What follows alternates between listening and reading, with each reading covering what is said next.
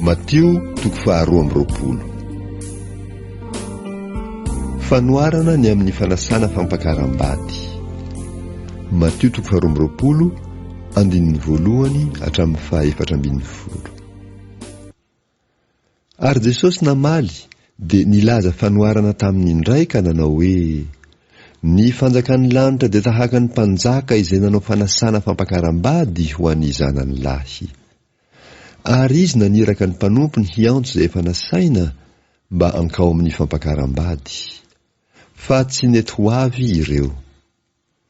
Dia naniraka mpanompo hafa koa indray izy ka nanao hoe: lazao amin'izay efa nasaina hoe indro efa voavoatra na androko, efa voavony ny ombitro sy ny nafahiko, ka efa voavoatra avokoa ny zavatra rehetra, ko mankanesa ty amin'ny fampakaram-bady ianareo.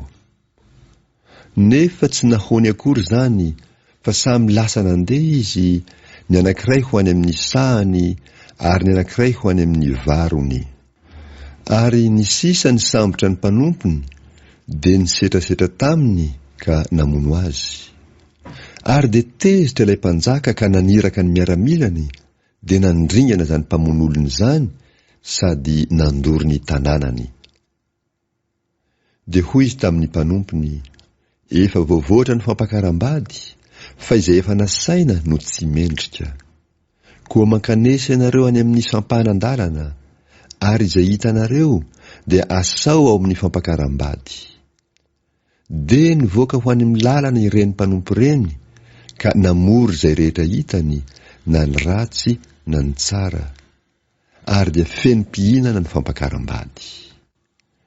Ary noho efa niditra ny mpanjaka hizaha ny mpihinana, dia nahita lehilahy anankiray izay tsy niakanjo ny akanjo fitondra amin'ny fampakaram-bady. Dia hoy izy taminy: ry Sakaiza, ahoana no idiranao eto, nefa ianao tsy miakanjo ny akanjo fitondra amin'ny fampakaram-bady? Dia sina izy. Ary dia hoy ny mpanjaka tamin'ny mpanompony: afatory ny tongony aman-tanany, dia ario any amin'ny maizina ny ivelany izy, any no hisy ny fitomaniana sy ny fikitroanify. Fa maro no antsoina, nefa vitsy no fidiana. Jesosy namaly ny Herodianina ny amin'ny hetra aloha ho an'i Kaisara.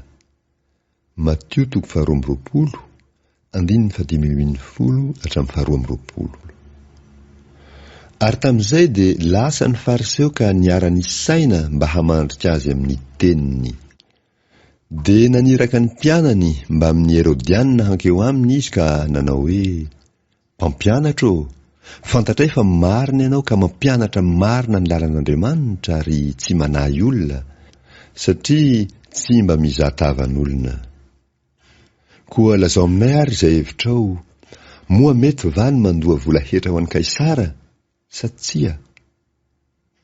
Fa Jesosy nahalala ny faratsiny dia nanao hoe: nahoana ny maka fanahy ianareo, ry mpiatsara velatsia? Aseho ihany farantsakely fandoa amin'ny hetra. Dia nitondrany denari izy.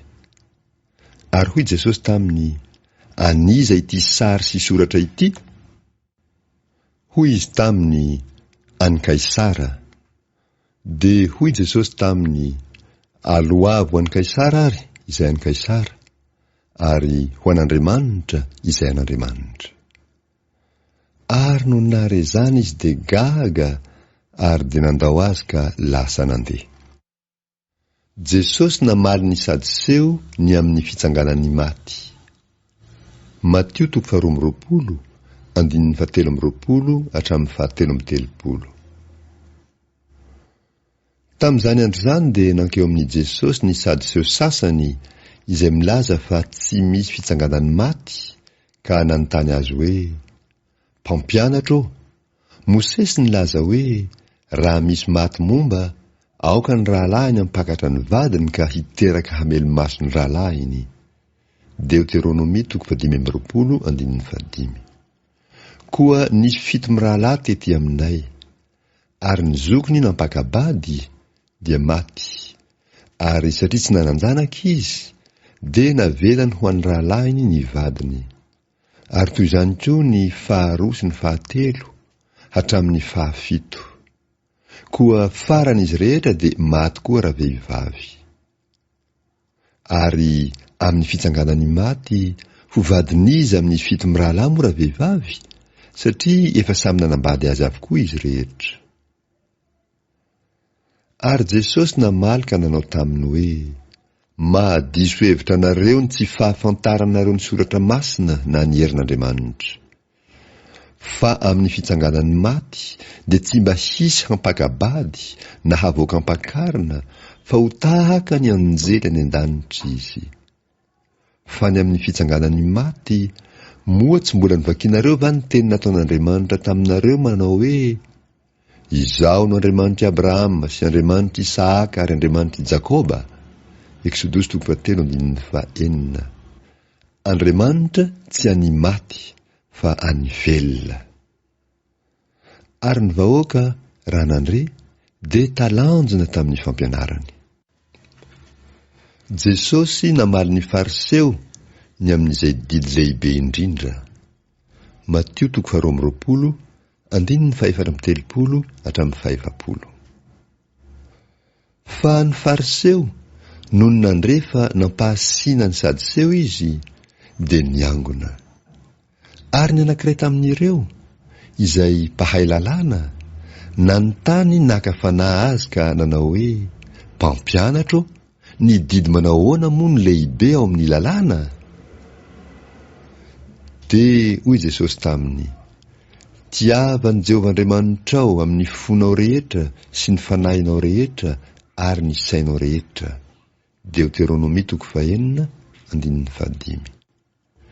Izany no didy lehibe sady voalohany. Ary ny faharoa, izay tahaka azy ihany, dia izao, tiava ny namanao tahaka ny tenanao. Levitikosy 7:7-20. Izany didy roa izany no iantonany lalàna rehetra sy ny mpaminany. Jesosy nanadina ny fariseo ny amin'ny Mesia. Matteo 12:1-12.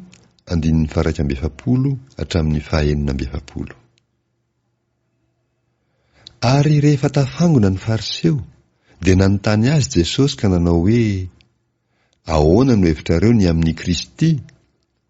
Zanakiza moa izy?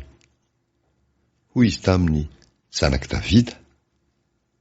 Hoy Jesosy taminy, ko nahoana ary Davida amin'ny fanahy no manao azy hoe tompo, ka manao hoe, Jehova nilaza tamin'ny tompoko hoe, mipetraha eo an-tanako ankavanana ambara-panaoko ny fahavalonao ho eo ambanin'ny tongotrao. Salamo 1:1. Koa raha Davida ary manao azy hoe tompo, ahoana ny mahazanany azy? Dia tsy nisy nahavaly azy na dia teny ray akory aza. Ary hatramin'izay andro izay dia tsy nisy sahy nanontany azy intsony.